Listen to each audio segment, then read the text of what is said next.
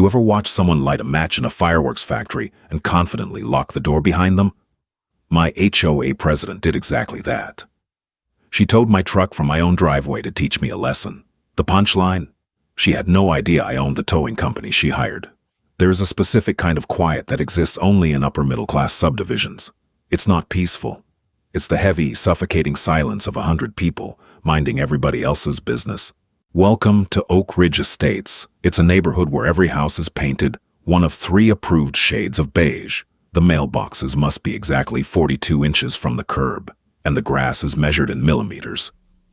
I didn't buy my way into this pastel purgatory. I inherited it. My dad died of a massive heart attack on a Tuesday in November. 6 months later, I was still waking up at 4 a.m., expecting to hear his heavy boots hitting the hardwood floor. He left me the house, fully paid off, and he left me the family business. Valley Recovery and Logistics. We operated a fleet of 25 flatbeds and heavy-duty wreckers. We cleared wrecks off the interstate, pulled sedans out of ditches, and managed private property impounds. It's an ugly, grease-stained business, but it paid for the beige house in Oak Ridge. When I moved back in to sort out his estate, I brought his truck with me. It was a 1998 Ford F250. The paint was a sun-faded brick red. The rear bumper was slightly bent from a disagreement with a loading dock back in 2005, and the interior smelled permanently of stale black coffee, diesel fuel, and old leather.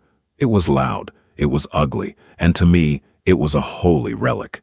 He saw I couldn't bear to park it in the garage because the garage was still packed to the ceiling. With his tools, his old fishing gear, and cardboard boxes I hadn't found the courage to open. So, I parked the F250 in the driveway, my driveway, on the concrete slab that belonged to my property. Patricia did not care about my property rights. Patricia was the president of the Oak Ridge Homeowners Association. She was a woman in her late 50s who wielded her clipboard like a broadsword. She patrolled the neighborhood in a custom electric golf cart, equipped with a flashing yellow light and a cup holder that permanently housed a Diet Coke. Patricia had never run a business, never missed a meal, and never encountered a problem she couldn't solve by writing a fine. Our first interaction happened on my 3rd day. Living in the house, I was sitting on the front porch, drinking coffee, staring at the F250. The electric whine of her golf cart broke the morning silence. She stopped at the edge of my driveway, adjusting her oversized sunglasses. "You're the son," she said. "Not a question, a statement." "Evan," I replied, standing up and walking over. "Nice to meet you." She didn't offer a hand. She just pointed a manicured finger at my dad's truck. "That is a commercial vehicle. It is an eyesore."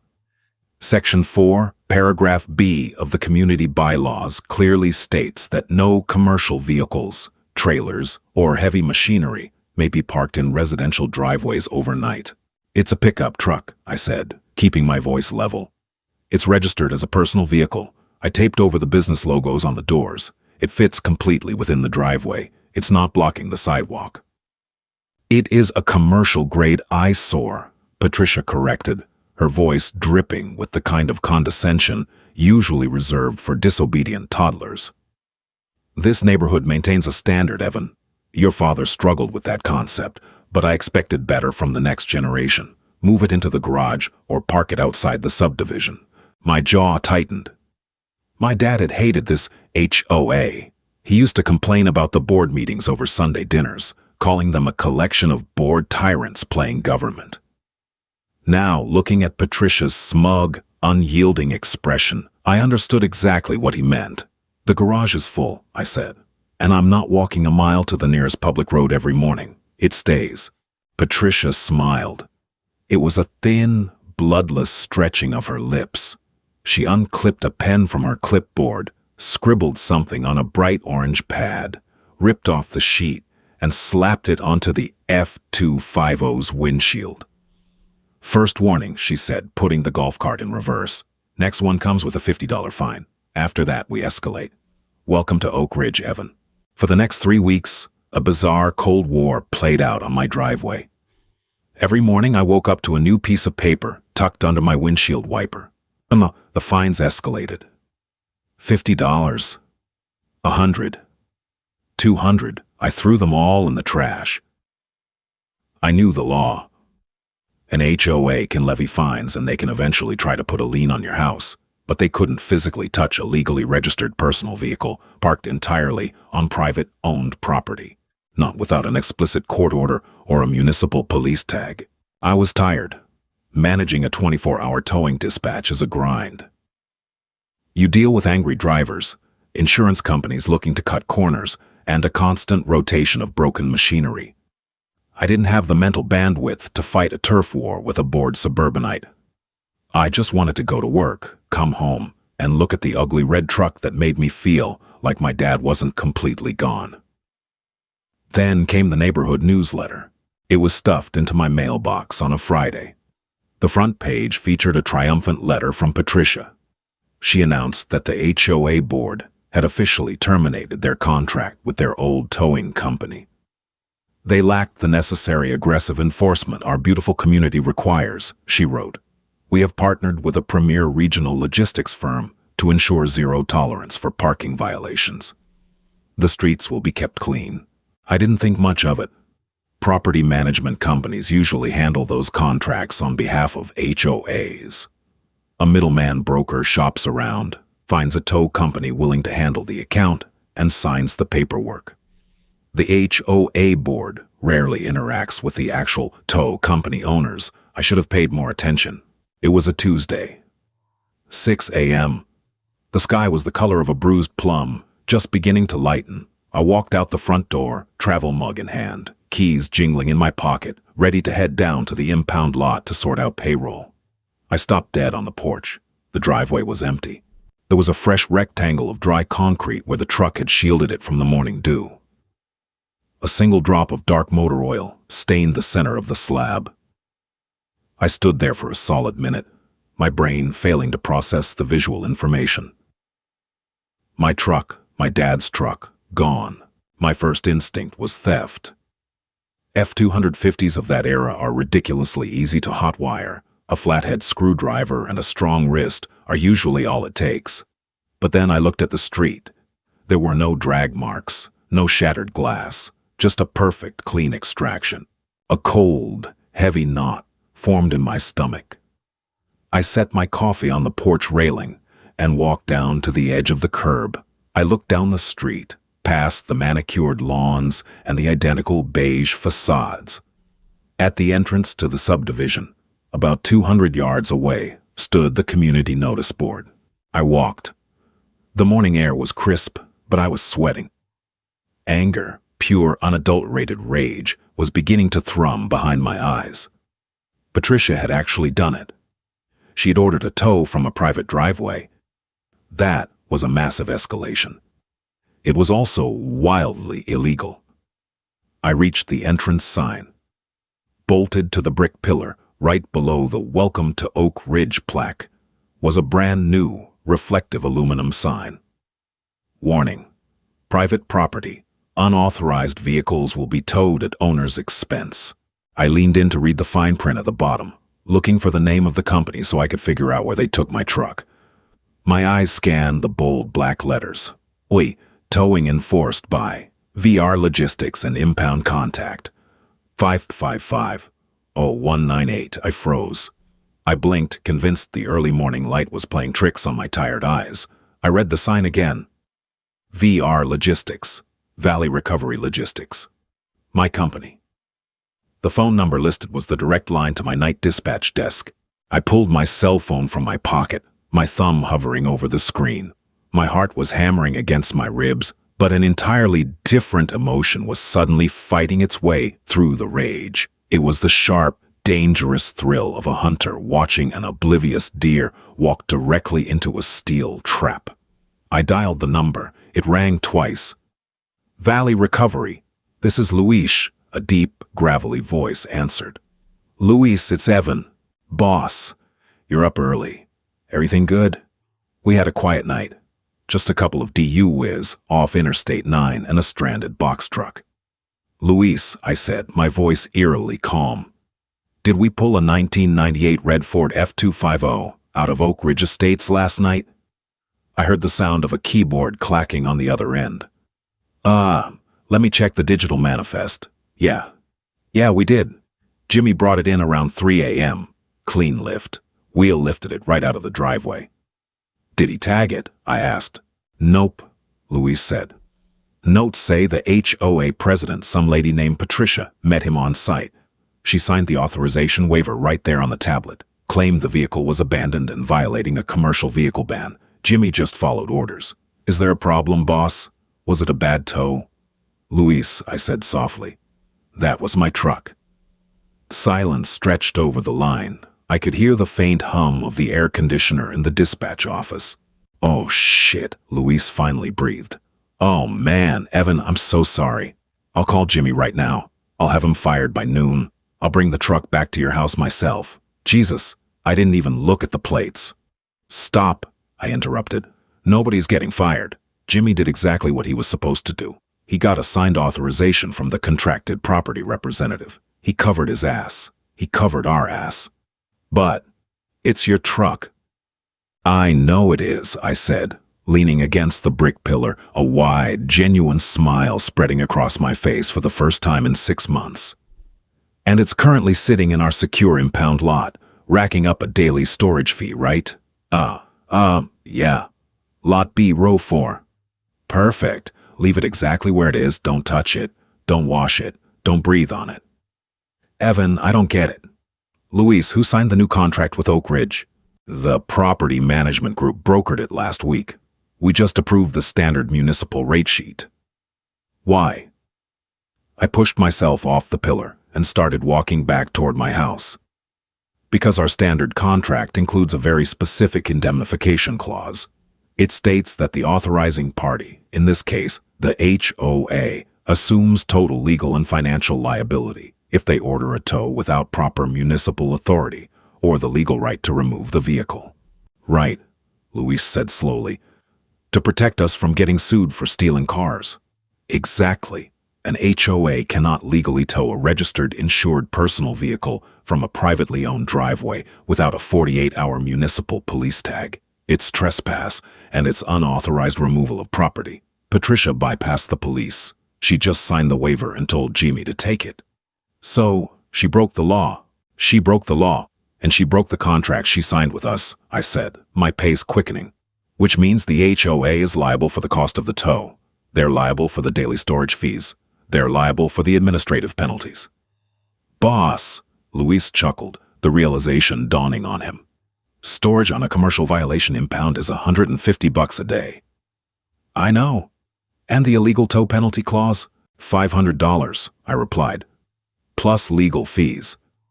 Luis, I want you to log that truck into the system properly. Send the certified notice of impoundment to the registered owner. That's me. Mail it to my house. Then, generate the daily invoice.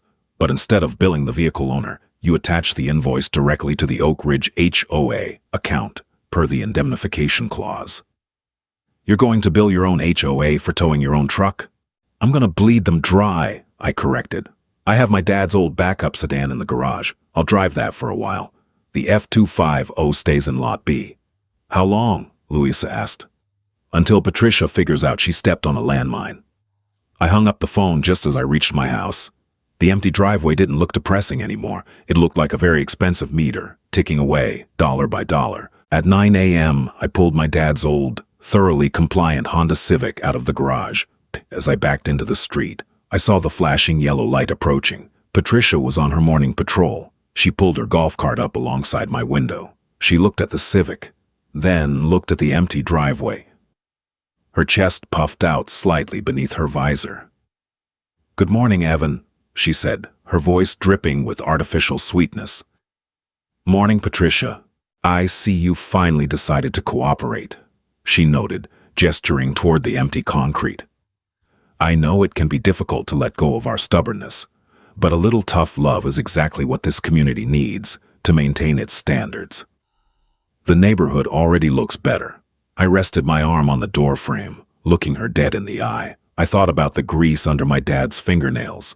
I thought about the $100 fine she'd stuffed under my wipers. "You're absolutely right, Patricia," I said, my voice perfectly smooth. "Sometimes, tough love is exactly what's needed to teach someone a lesson about standards. Have a great day." I rolled the window up, put the car in drive, and headed to work. The trap was set. The timer was running, and Patricia was driving her golf cart right over the cliff, completely blind to the fall. The first 2 weeks were a master class in bureaucratic silence. My father's heavy, brick-red F250 sat in Lot B, Row 4. It rested under the harsh glare of the halogen security lights, gathering a fine layer of industrial dust. I visited it every evening after the dispatch shift change. I would run a hand over the dented rear bumper, check the tire pressure, and leave. It felt like visiting a relative in jail. Except this relative was earning me $150 every 24 hours. Meanwhile, life in Oak Ridge Estates proceeded with terrifying normalcy.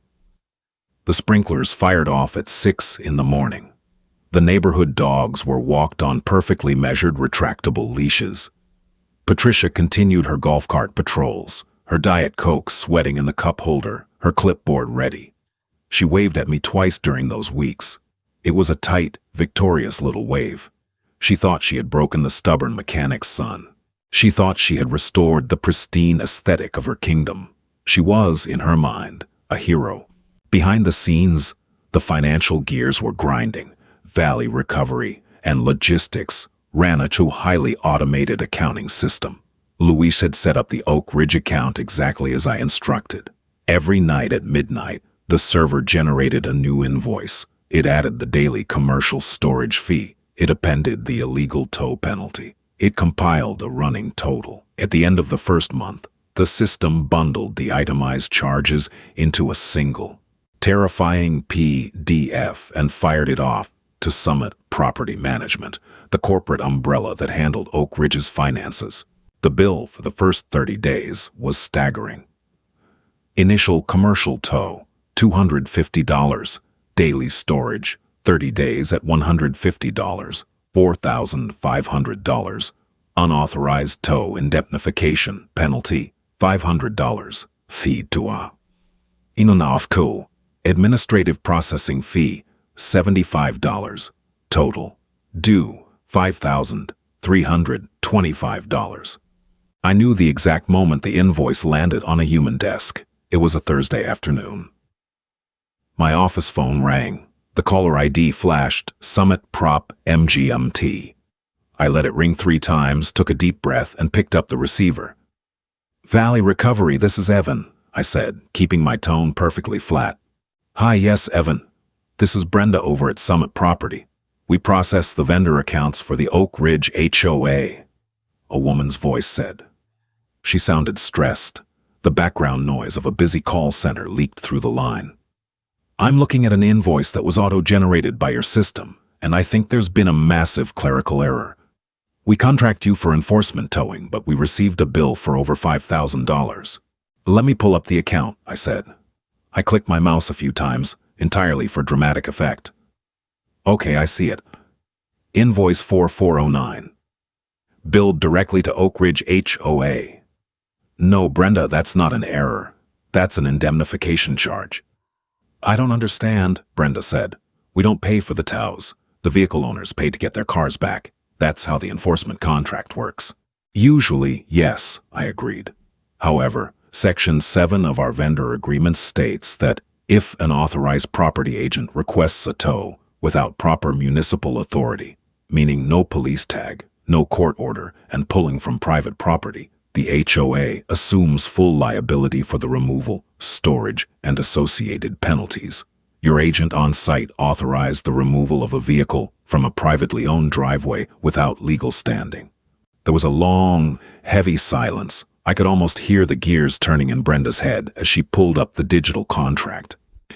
From a driveway? She asked, her voice dropping an octave. Our boards are strictly instructed only to authorize street and common area tows. They can't tow from a private slab. That's trespassing. Your board president signed the waiver, I said simply. We have her digital signature, time-stamped and location verified. The vehicle is currently in our secure impound, accruing $150 a day. We will not release the vehicle, nor will we halt the billing cycle until the balance is paid in full by the liable party. This is insane, Brenda whispered. Who owns the truck? I can't release vehicle owner information without a subpoena, I lied smoothly. But I highly recommend you contact your board president. This meter isn't stopping. I hung up. The trap hadn't just snapped shut. The teeth had sunk all the way to the bone. 3 hours later, the Oak Ridge Community Portal pinged my phone with an emergency notification. Patricia had called a mandatory, urgent board meeting for Tuesday evening. The agenda was listed simply as vendor dispute/budget reallocation. I spent the weekend doing laundry, cleaning the gutters on the beige house, and mentally preparing. I wasn't just going to attend this meeting. I was going to dismantle Patricia's kingdom from the inside. The Oak Ridge Community Clubhouse smelled like chlorine from the adjacent pool and cheap vanilla air fresheners. Folding chairs were arranged in neat, semicircular rows facing a long folding table. Patricia sat at the center of the table. She wore a tailored navy blazer, her posture rigid, her clipboard resting squarely in front of her like a shield. 2 other board members, a quiet guy named Greg and a nervous woman named Linda, sat flanking her. I arrived 5 minutes late. I wore my work clothes, heavy denim jeans, steel-toed boots, and a black polo shirt with the Valley Recovery logo embroidered in small, dark gray thread on the chest. It was subtle enough that no one would notice it unless they were looking for it. I took a seat in the back row. There were about 40 residents in attendance, murmuring quietly amongst themselves. Patricia struck a wooden gavel against a plastic coaster. "Let's bring this meeting to order," she announced. Her voice lacked its usual triumphant ring. It sounded tight, strained. "We have an urgent budget item to discuss. It appears our new towing vendor, Valley Recovery, is attempting to extort this association through a ridiculous loophole in their contract." An uneasy murmur rippled through the room. "They have erroneously billed the HOA for a tow that occurred last month," Patricia continued, her eyes scanning the room, purposefully avoiding mine. "They are claiming that the HOA is liable for an unauthorized removal. I have spoken with Summit Property Management, and our legal counsel is reviewing the matter. However, the vendor is refusing to release the vehicle and is charging us daily. The current bill is over $5,000. Someone in the second row gasped. $5,000 was a massive hit to the Neighborhood Reserve Fund. It meant no new pool furniture. It meant delaying the landscaping contract for the entrance gate. "Whose car was it?" a man named Bill asked from the front row. "If they parked illegally, make them pay it." Patricia cleared her throat, adjusting her blazer.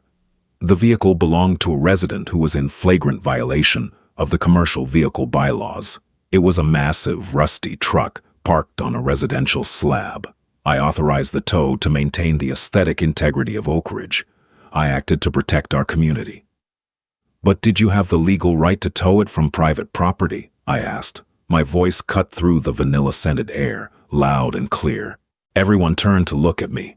Patricia's face flushed a deep, mottled red.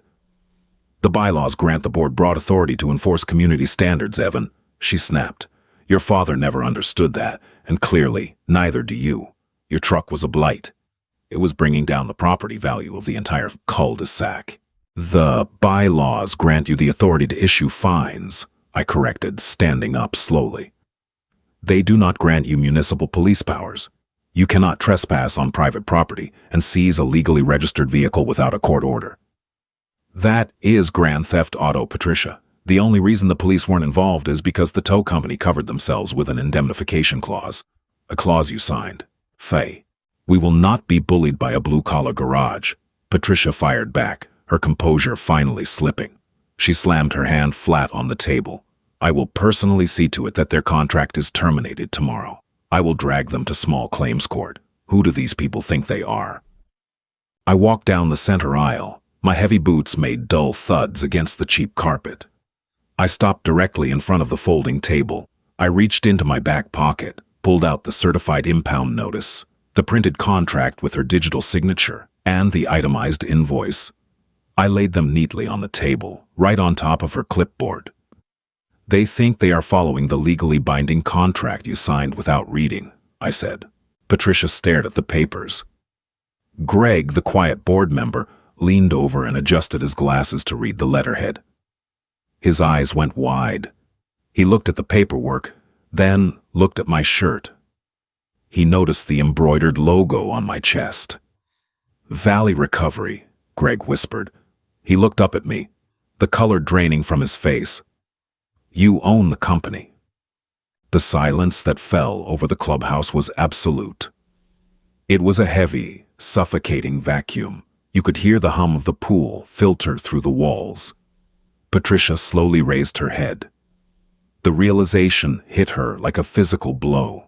The smugness, the tyrannical confidence, the absolute certainty of her own authority. It all shattered into a million jagged pieces. Her mouth opened, but no sound came out. She looked at the invoice, then at me. "You towed your own truck," Linda whispered, her hands trembling. "No, Linda," I replied, my voice steady, projecting to the back of the room. "Patricia towed my truck. She summoned my company, bypassed legal procedure, and signed a document assuming total financial liability for the illegal removal of my property. My employees simply did their jobs. They secured the vehicle and followed the billing protocol dictated by the contract." I leaned in, placing both hands on the edge of the folding table, bringing my face level with Patricia's. "My father built that company from a single, broken-down wrecker," I said quietly. But the room was so silent everyone heard every word. "He worked 80-hour weeks. He ruined his back. He breathed diesel exhaust for 30 years so he could buy a house in this neighborhood just to have people like you treat him like he didn't belong here. That ugly red truck in my driveway, that was his. It's registered to me. It is completely legal. And you stole it." Patricia swallowed hard. "Evan, please. This is a misunderstanding. We can void the invoice. We can bring the truck back today." "The truck stays exactly where it is," I said, standing back up.